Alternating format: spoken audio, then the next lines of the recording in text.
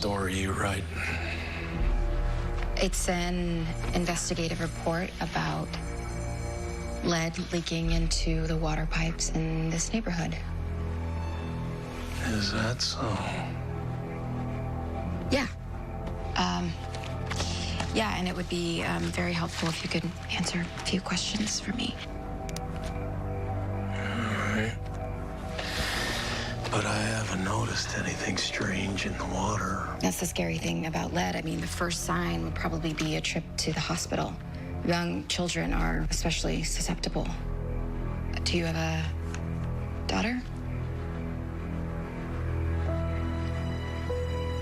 I used to. Sorry to hear that. And what about you? Me? I'm feeling better than ever. Well, lead poisoning can present itself in a variety of ways. Look, it's late, and I've got to get to bed soon, so... Of course, Mr. Byrne, I understand. I still have a few more questions. I mean, I could always come to your office tomorrow if you like. Would you prefer I see you tomorrow, then? No. Let's finish this now.